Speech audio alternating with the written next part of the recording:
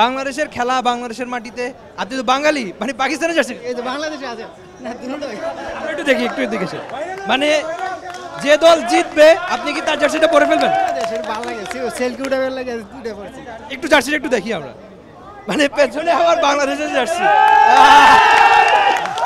সবাই খুব খুশি। মানে এটা হচ্ছে মনে হয় আসল ক্রিকেট ফ্যান। বাংলাদেশের মাটিতে বাংলাদেশের ম্যাচ, কিন্তু তিনি পাকিস্তানের জার্সিটা পরে এসেছেন। আবার বলছেন যে যে দল জিতবে তার জার্সিটা পরেই তিনি মাঠ থেকে বের হবেন, আর সেলফি তোলার জন্য এমন একটা জার্সি পরে এসেছেন। আচ্ছা, আপনি কি এর আগে কখনো এই মাঠে খেলা দেখতে এসেছেন? জি। এটা কততম ম্যাচ মনে আছে? তো টিকিটটা কে কিনে দিয়েছে বা কিভাবে কিনলেন? আপনি তো একদম খুদে ফ্যান।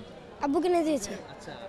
তো এই যে ছোট বাবুকে নিয়ে খেলা দেখতে আসছেন, কেমন লাগছে আগে সেটা একটু শুনুন। ভালো লাগতেছে, খুবই ভালো লাগতেছে। ওদেরকে স্পিড বাড়ানোর জন্য নিয়ে আসা, হ্যাঁ, খেলার প্রতি যাতে মনোযোগ হয়। আমি নিজেও ক্রিকেট খেলতাম, এই আর কি। তো নিজে যেহেতু ক্রিকেট খেলতেন, সম্প্রতি একটা কথা উঠছে যে ক্রিকেটের জনপ্রিয়তা নাকি কমে গেছে, কিন্তু এমন খুদে ফ্যান সঙ্গে আপনি তাকে নিয়ে আসছেন, কি মনে হচ্ছে? সম্পূর্ণ ভুল কথা, কখনোই জনপ্রিয়তা কমে নাই। আমি আরও 25 বছর আগে থেকে খেলা দেখে আসতেছি।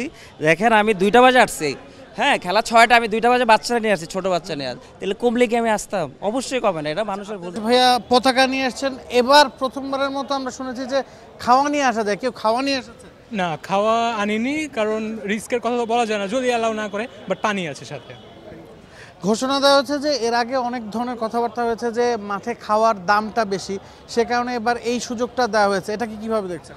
এটা খুবই একটা ভালো একটা পরিকল্পনা, কিন্তু এটার আমরা বাস্তবায়ন যেটা কতটা হবে সেটার দিকে আমরা তাকিয়ে থাকবো দর্শক হিসেবে, এবং আমরা চাই যে এটা সব সময় হোক, কারণ অবশ্যই একটা সিন্ডিকেট চায় যে মানে তাদের মতো করে একটা খাবারের দাম নির্ধারণ করে। এটা আমাদের দর্শকদের জন্য খুব একটা হ্যাসেল বলতে গেলে, কিন্তু এখন যে তারা যে পরিকল্পনাটি হাতে নিয়েছে সেটা অবশ্যই প্রশংসামূলক একটা পরিকল্পনা, এবং আমরা চাই এটা সব ম্যাচেই বাস্তবায়ন হোক। অনেকদিন পর টি-20 ম্যাচ মিরপুরে ফিরছে, কেমন লাগছে?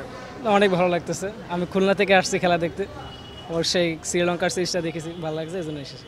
শ্রীলঙ্কার সাথে না জিতলে আসতেন? অবশ্যই আসতাম। আমরা একজন সাকিব ফ্যানকে এখানে দেখতে পাচ্ছি। সাকিব দলে নাই, কিন্তু তিনি সাকিবের নামটা লিখেই কিন্তু এখানে এসেছেন। সাকিবকে অনেক আগে থেকেই ভালোবাসি, সে খেলুক বা না খেলুক, সে বাইরে কিন্তু খেলছে, ইভেন এর পরেও খেলবে। আমরা তাকে আবারও দলে চাই। আবারও দলে চাচ্ছেন।